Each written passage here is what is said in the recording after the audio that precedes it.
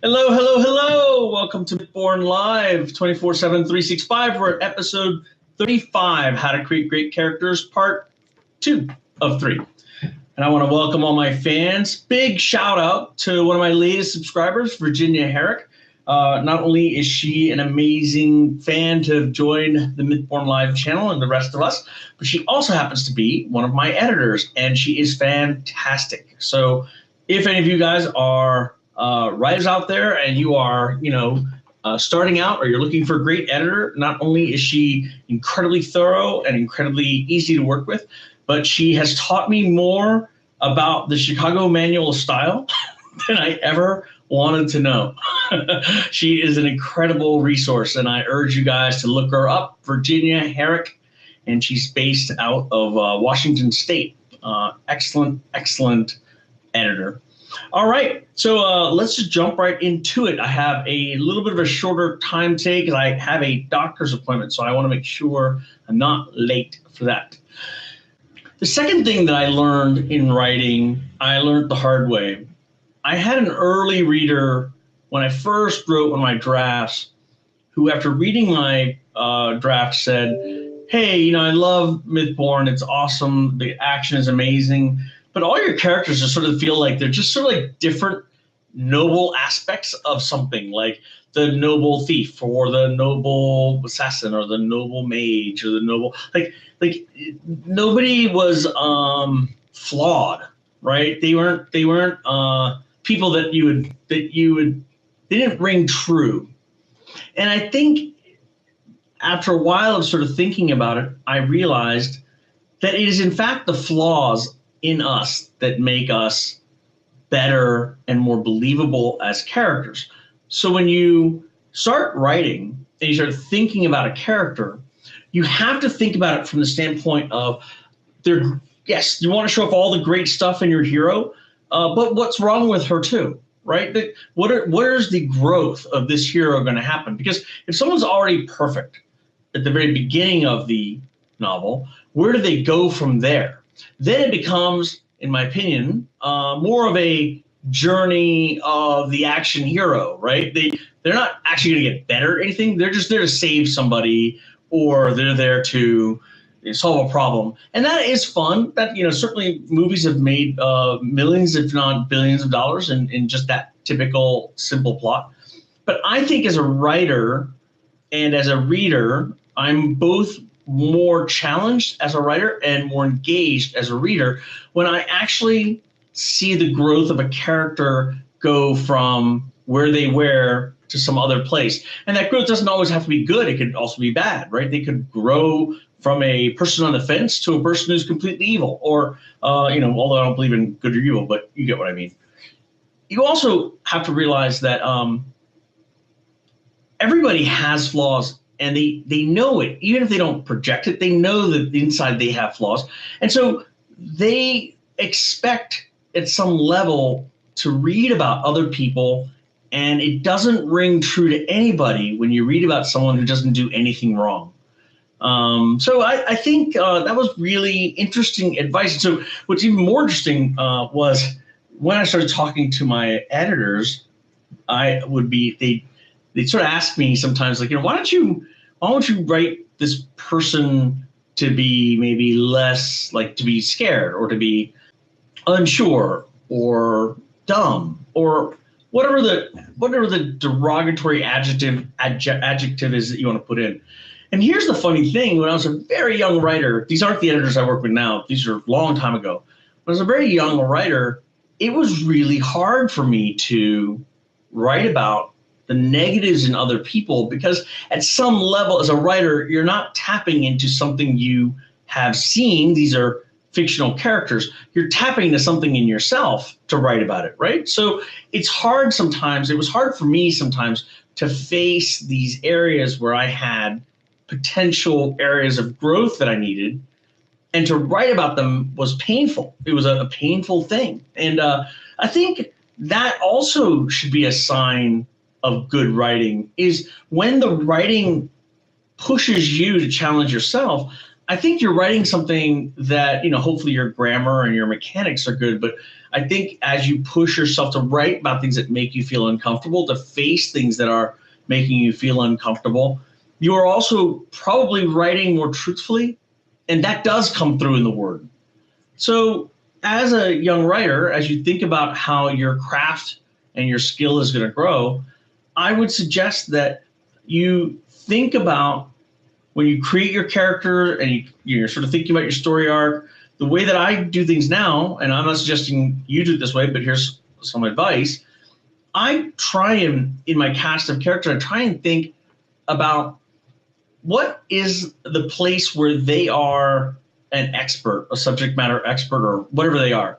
And then what's the thing they're most scared about, or the thing they don't want anyone to know. And I don't let myself off the hook or let them off the hook by not having one of those. And sort of like a job interview, I don't accept, oh, I work too hard, or, I always stay late and double check my work or whatever. I mean, the bad things can't be good things that are just positioned to sound bad, but they're really good things. That's not what I'm talking about. Like, they should have real flaws, right? They should have things they need to work on. I'll give you some examples. Nile, who's the Prince of Barracor, he is a young soldier and heir to the throne of Barracor. His family comes up in a very martial kind of knights and feudalistic kind of society. His father is a great warrior king. And his goal is to sort of, be recognized by his father as a man. And to do that, he has to sort of face the fears that all of us face when it comes to things like combat and war and blood. And, I don't think we all face things like, well, we do. You fall as a kid, you scratch and cut yourself. It's scary to see yourself bleed. And so the first time I wrote Nile, he wasn't scared about anything. He wasn't growing in any way. And I had to sort of go back and rewrite him. And I wrote in the column of fears or things that he needs to work on that cowardice is in fact one of his worst traits. And that cowardice leads him to be a bully at times, or have no empathy for anyone else, to look at everything from the standpoint of his own viewpoint, his own situation. And when you are so wrapped up in fear that you can't open your mind and your heart to what's going on around you, the only way you can react to anything is through fear. And typically that results in you trying to control your environment, or you trying to control the people around you. And that's exactly what Nile does. And to write him, I had to tap into the kid I was when I first started training at 9 or 10 years old in karate, because here I am, a 9 or 10-year-old. Everybody in my school, the next youngest person was 18.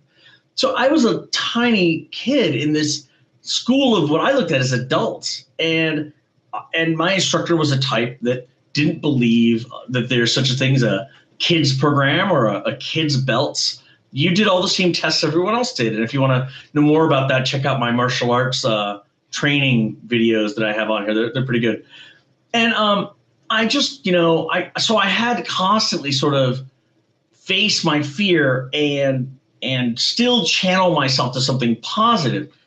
Now, clearly, I ultimately earned my black belt. I did overcome those things. And, by the time I was 16, 17 years old, I was a force to be reckoned with. But it didn't change how I felt. And I could tap into that kind of raw emotion I felt as a kid without it necessarily making me feel bad about myself or something. And so use that technique for yourself. Find something that either you or someone else that's close to you went through.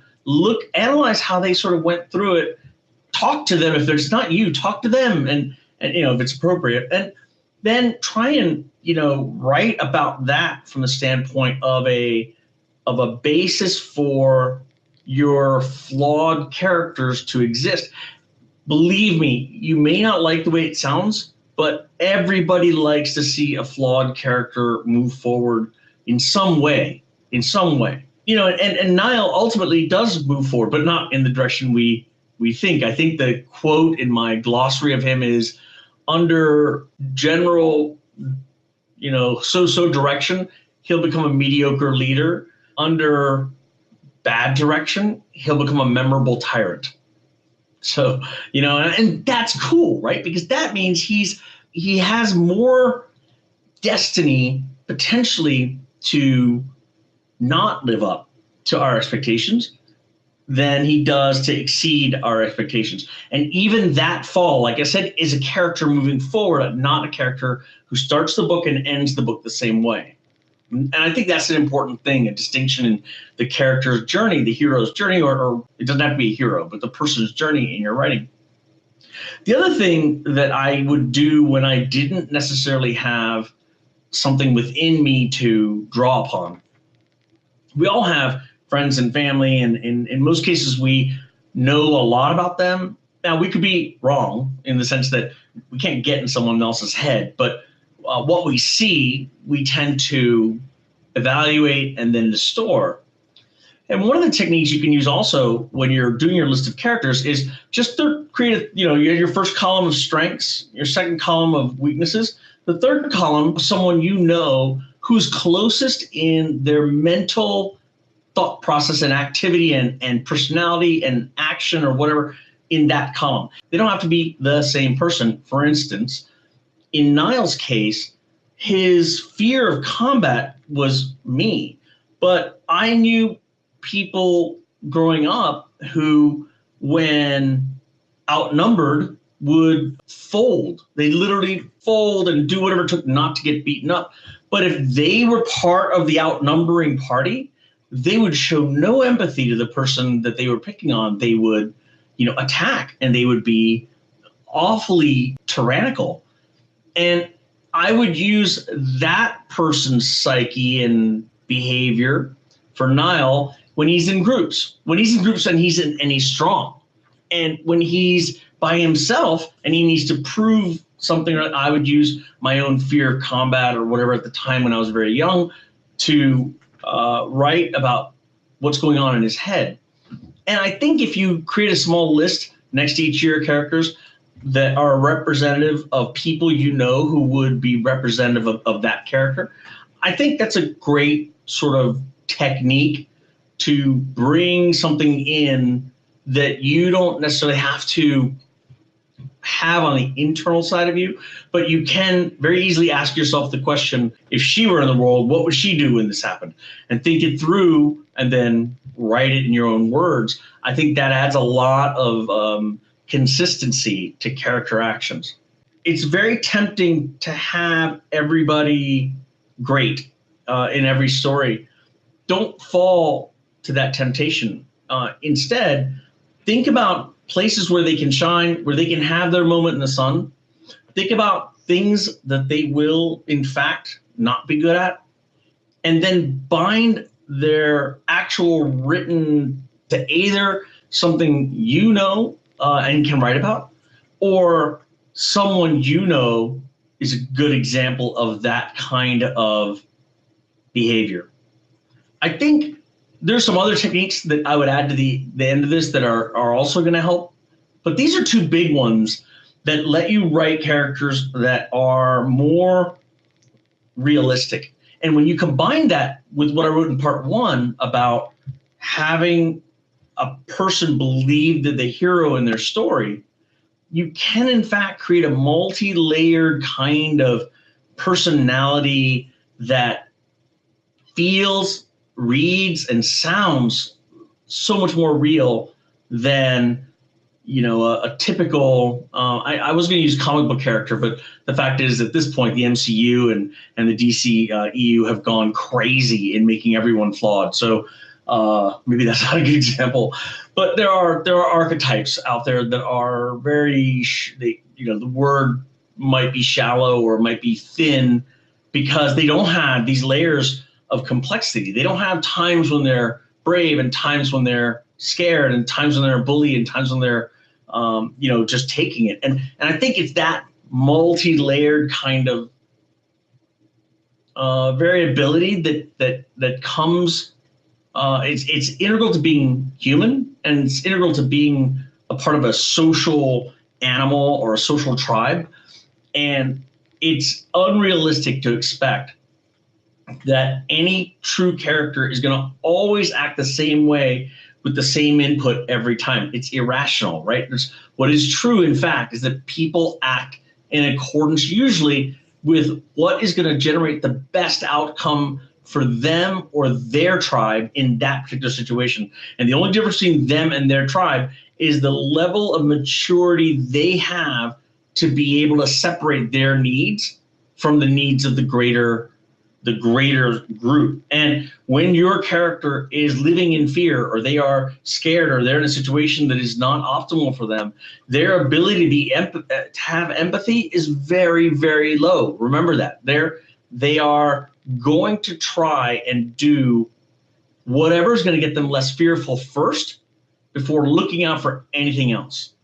And that's just the reality of the situation. And so if you can remember that and capture that, and then tie that to consistent realistic behavior, because you've mapped it to people that you just consult and go, oh, anytime I read about this guy in this situation, I'm actually writing about this other person that I know, and I can actually in my head picture what he or she would say if presented the same data in the same situation. So I think it's a great way to combine parts 1 and 2 of how to write great characters to create this sort of holistic checklist that you can go through to come up with what are some of the things you need to do when you want to write someone who's believable. And remember, great characters and fun characters aren't necessarily the characters that will always do the best thing, the most noble thing, the greatest thing, right?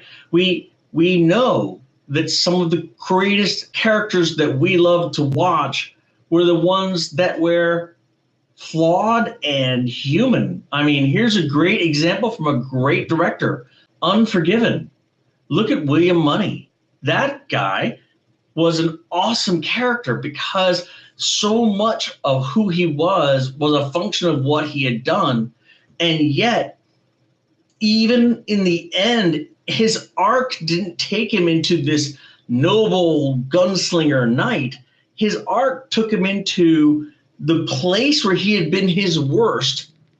He needed to go back to in order to survive what was coming from the sheriff and the posse that had been sent out after killing, his friend. And I think that kind of character, that kind of growth, even though it's negative, that's a much more memorable character than just, I started out a knight, and by the end of the novel, I had earned my horse and my spurs. Whatever, it's not.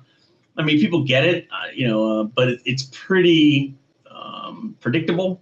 I don't think people read because they expect the pages to turn and the story to unfold the way they thought. I think they read because they want insight into how a character handles complex, interesting, potentially dangerous situations, and what they become when those situations actually either polish or stain their character. Believe it or not, I did all that without any notes. Hey, I really enjoyed talking to you guys. I can't wait for the next episode. I'm going to be putting up some more stuff. Make sure you like and subscribe us. Please share this with your friends. Check out the audiobook on Audible and on Amazon. Drop me some comments. Let me know what you're thinking. I've been reading the comments pretty diligently, and I like to make up shows based on what people are asking. After we do part 3 of 3 on creating great characters, I think I want to get back to some of the legends, particularly, I think this time, because my parents just went to Sri Lanka, I want to find out about this rock fortress on top of a ginormous boulder that seems to be the Palace of Ravana. So let's have some fun. Let's see what happens, okay? Thank you so much. Like, subscribe, share, and I will see you guys soon. Take care.